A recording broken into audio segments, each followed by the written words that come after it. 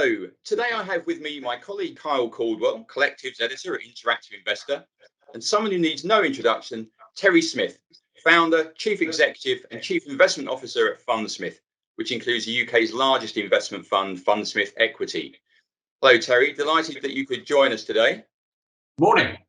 Looking at your career, I mean, it's been pretty spectacular. First at Barclays Bank, then eventually at College Stewart, Tallet Prebon, and before setting up Fundsmith in 2010.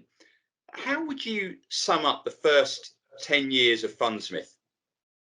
I would quote Vinnie Jones at the end of the movie Lock, Stock and Two Smoking Barrels, where you may recall he deposits a holdall with the two antique shotguns to an auction catalogue, which shows that the two antique shotguns that they're about to throw off Hammersmith Bridge or somewhere are incredibly valuable. He leaves that with the guys in the pub.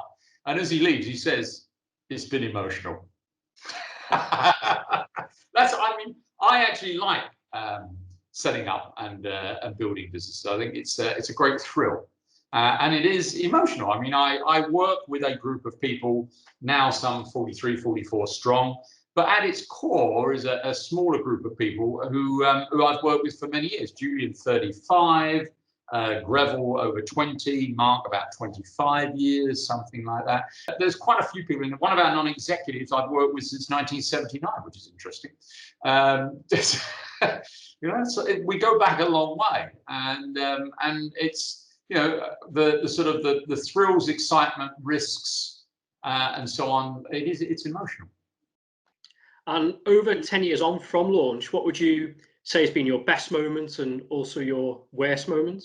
I think the best moment was standing in the square at Cambridge Square where our office is in the morning when we opened, having our photograph taken as a group. It's one of those things that you look back on and you think, wow, where did those 10 years go? What were we all thinking when we were standing there, and so on. So that's, I think, the best moment, that moment when finally the starting pistol was fired. The worst moment is realizing I should have done this about 10 years earlier, really. We'd have been having this discussion in 2011 rather than 2021. And following on from that, what would you say has been your best investment over that 10-year period? Yeah, I mean, the best investment is Microsoft. I mean, we started buying Microsoft at $25, $26 a share. We've made 10 times our money. We did it when literally the Lex column of the Financial Times said nobody should own the shares at this price. They were right, but not in the way they meant it, of course. And I remember we got flack at our annual meeting. We got flack in terms of incoming emails from our investors. We got flack on blogs from people who all said you shouldn't own Microsoft. You know, if you continue to own Microsoft, there'll be serious questions about your fund and so on. And if you said the commonest reason why people said that, the commonest reason they put forward is it's not Apple. You would kind of figure that out all on their own. And of course, yeah, it's turned out to be a great investment. I mean, I think if you're going to buy things that are big and make that kind of enormous return, the likelihood is, I mean, Julian, who's, I say, worked with me for 35 years, and we know each other inside out, basically, quite often analyzes these things and then says, just before we pull the trigger on buying them, he says, I think this is going to work because of this, this, and this, but I'll guarantee you one thing, it would be an uncomfortable company to own. And quite often that is one of the keys to this. Now, some people, of course, change that into an investment philosophy of its own. They think that the only way to make money is to own things that are uncomfortable. I'm not suggesting that, right? Some people think you can only make money in things which are small, obscure, difficult to understand. No, I'm not saying that, right? I'm not heading down that path. Quite often they're big, well-known, and not that difficult to understand. I mean, if we can understand them, I represent they can't be that difficult. But I think that people do often gravitate towards this idea that it's got to be something, you know, small, obscure, under-researched, difficult to own. No, sometimes you've just got to have a different view to other people. Right. Well, I mean, this is the burning question for a lot of investors, I think, Terry, is Warren Buffett's in his 90s. He's still going strong. Now, yeah. People want to know, have you set a retirement date and thought about succession planning, or will you still be running the fund in another 10 or 20 years' time? And what is it that will finally make you hang up your boots? Will I be running it in 10 or 20 years' time? How could I tell? I mean, the old joke is, do you know what makes God laugh? People making plans.